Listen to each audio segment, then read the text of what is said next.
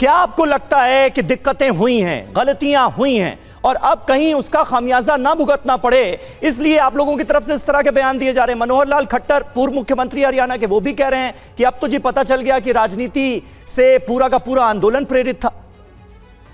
नहीं, देखिए, ऐसा है कि हमारी बच्चियों ने आंदोलन किया, उस पर कोई किसी को आपत्ति नहीं है। हर व्यक्ति को लोकतंत्र में अगर उनको लगता है उनके साथ अन्याय हुआ है तो उनको आंदोलन करने का हक है। लेकिन इस बात की मीमांसा और इस बात का फैसला कौन करेगा? इस बात का फैसला कोर्ट करेगा। और हम तो आज भी कहते हैं, किसी ने कहा कि आप लोग नहीं कह रहे कि न्याय मिलना चाहिए, हम तो आज भी कहते हैं कि न्याय मिलना चाहिए, लेकिन न्याय की तो एक प्रक्रिया है। हम और आप बैठ के न्याय नहीं दे सकते, न्याय तो कोर्ट के द्वारा होगा। कोर्ट में मामला चल रहा है तो ये हुआ इसका कानूनी पहलू। और जहां तक बात यह है खिलाड़ियों की, तो खिलाड़ियों का सम्मान करते हैं। किसी ने कहा कि मोदी जी ने बात नहीं की, मोदी जी ने तो बिल्कुल ट्वीट लिख के कहा है कि आप विनेश फोगाट जो है वो हमारी शान है, भारत की आन बान और शान है। इससे ज्यादा और क्या कहेंगे? और हम सब आज भी कहते हैं कि वो हमारे भारत की आन बान और शान है। उनको पदक नहीं मिला, लेकिन उन्होंने भारत के तिरंगे को उन्होंने पूरे विश्व में लहराया, इसमें कोई दो राय नहीं है। लेकिन अब ये फैसला उनको करना है कि उनका जो स्टेटस है आज के डेट में वो राजनीति से बहुत ऊपर है।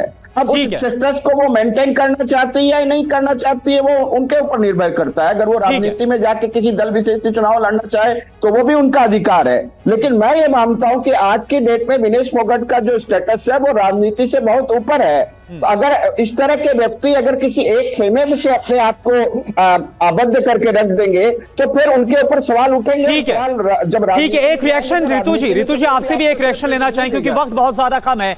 रितु जी, एक बात बताइए, जो हुड्डा परिवार से करीबी की बात कही जा रही, खासतौर पर विनेश फोगाट को लेकर, हमने देखा जब पेरिस से वापस लौटी विनेश फोगाट, तब खुद जो सांसद है दीपेंद्र हुड्डा वो उनको रिसीव करने गए थे। इसके बाद राहुल गांधी से मुलाकात की तस्वीर आ गई। तो क्या ये सारी जो बातें हो रही है बीजेपी की तरफ से, जो आरोप लगाए जा रहे हैं, ये जो तस्वीरें निकल कर आई, ये कैसे आप इन दोनों को देख पा रहे हैं? देखिए, सबसे पहले बीजेपी के प्रवक्ता का जवाब देना चाहूंगी।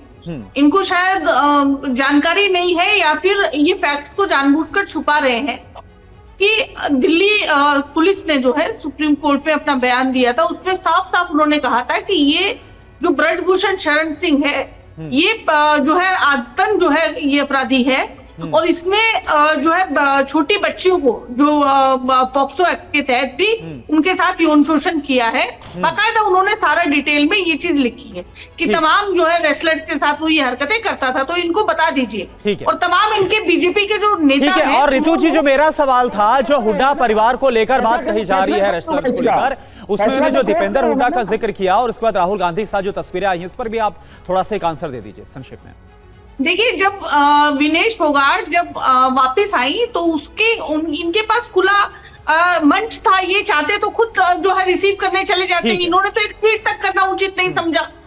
इन्होंने बजाय विनेश फोगाट को जो है। बहुत बहुत शुक्रिया आप सभी का हमारे साथ इस बातचीत में जुड़ने के लिए। वक्त हमारे पास इतना ही था, इसलिए इस डिस्कशन को यहीं पर खत्म करना होगा। आगे होता क्या है इस पर हमारी नजर बनी रहेगी। बजरंग पुनिया और विनेश फोगाट क्या कांग्रेस पार्टी के टिकट से चुनाव लड़ेंगे, ये अभी भी सवाल है।